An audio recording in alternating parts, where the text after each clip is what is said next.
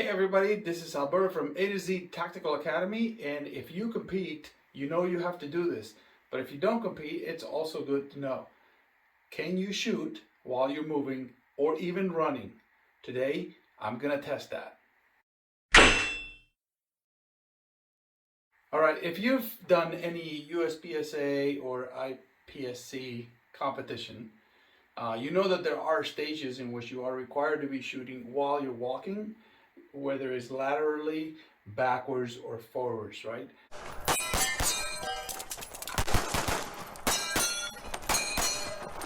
Can you maintain a zone headshot box hits while you're walking and the gun is moving up and down, right? So I'm here at my treadmill. This is extremely difficult to film outside and really show you what it does.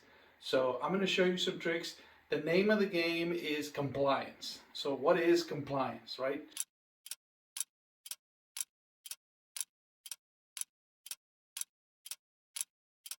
If I wanted to walk at a regular pace with a glass of water filled all the way to the top, I can do that because we've learned to do that over our lives. You're going to try to maintain this axis of motion, if you will, stationary, while you're accommodating compliance or movement in all other joints. So it's no different when you're shooting a gun while walking. What we're going to do is we're not going to go stiff, elbows locked, shoulders locked, hands locked, you know, kind of like trying to mitigate recoil. We are going to let some of that go to introduce compliance, and I'm going to call it bounciness, but what you're trying to do is leave your sights as undisturbed as possible while you're introducing compliance on your elbows, shoulders, knees, back, everything else, right? The other concept is acceptable accuracy. So if you're trying to do that while hitting all bullseyes, that's just not going to happen. The faster you walk, the worse it's going to get. So we put a BA target.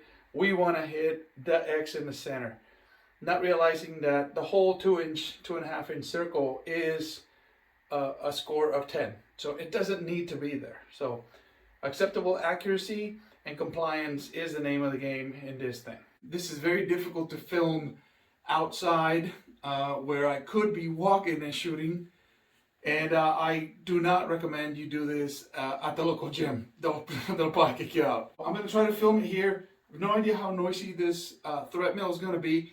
I really apologize if the sound quality goes to heck, but let's try this. So I'm going to start with a slow walk of, let's say, 2 miles an hour. Once you establish your walk, this is a very easy walk. So for me, it's really easy to maintain target and break the shots, right? It's no big deal, especially something this close.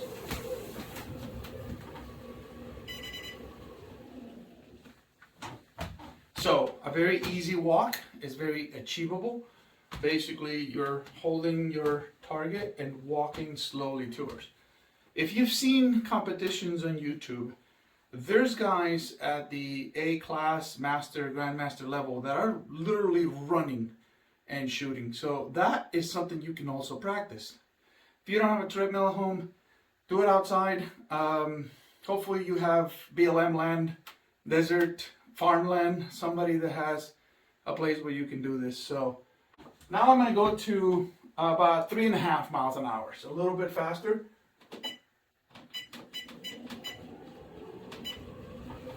And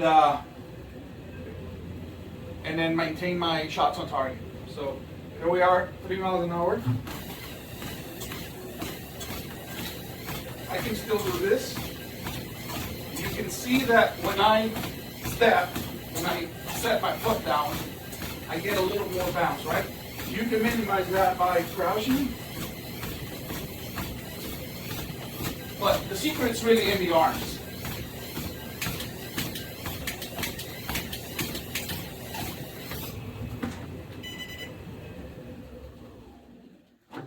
I'm going to try to run. Basically what you have to put up with is acceptable accuracy, right? My gun will be bouncing when I'm running. What I have to do is accept that is moving a lot and break the shot where I want to. I'm going to go to 5.5 miles an hour, which is a pretty good clip. It's basically running.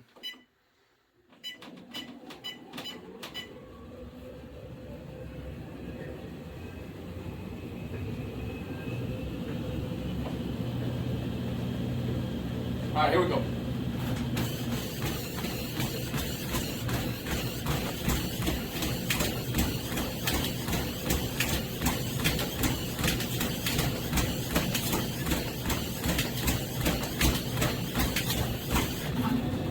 Let me go to 6.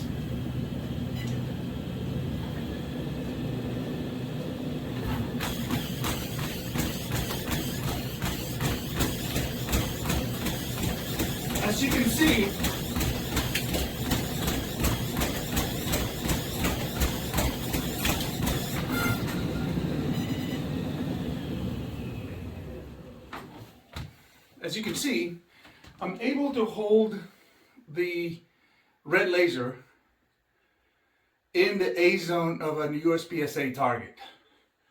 I'm not going to be dead center because now I'm moving too much.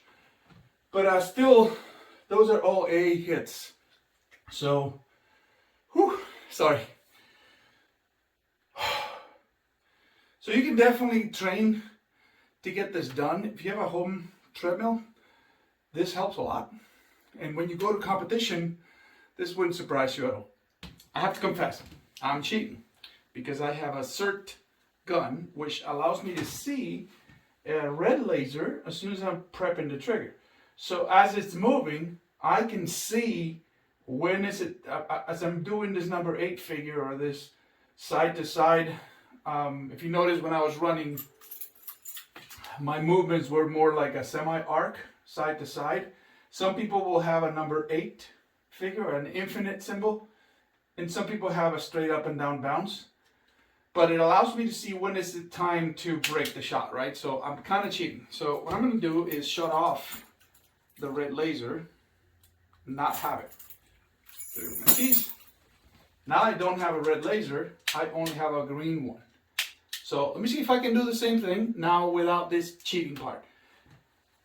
This is iron sights. If I had a red dot, now I'm back to cheating and I don't need the red laser. So this is why carry optics division is probably the fastest growing division in USPSA, because having a red dot gives you that ability to see where is the muzzle pointed at all times and remain target focused. That's a fantastic way of justifying a red dot, if you will.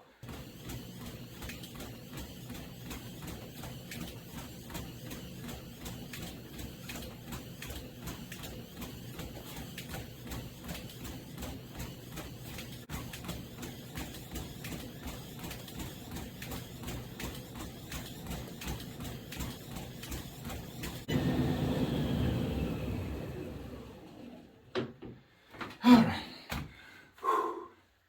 As you can see, I'm not dead center, but I'm still in the A zone. I'm still able to hit headbox shots with some degree of accuracy, right? So this is totally doable. Obviously, this is a big full-size USPSA target, and I'm fairly close. So my level of accuracy, I'm running at 15-minute miles or 6 miles an hour, and I'm still able to hit all A zones, all headbox shots. I am 5.5, 6 feet away from this target, give or take. Let's say 5. By the time I extend the gun, it's probably more like 4.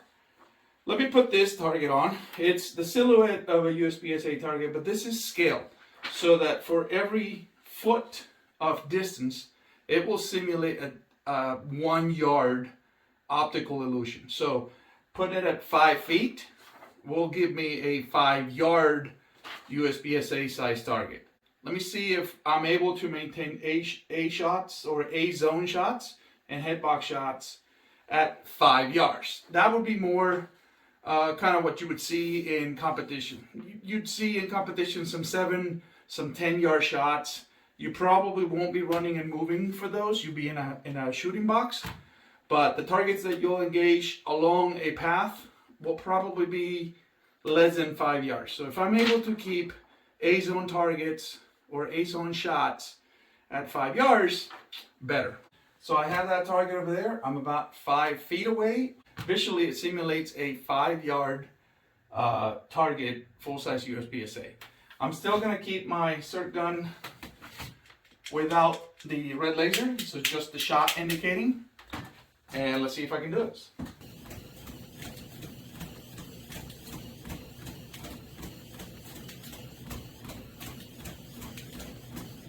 I'm trying to do a headshot. Oh.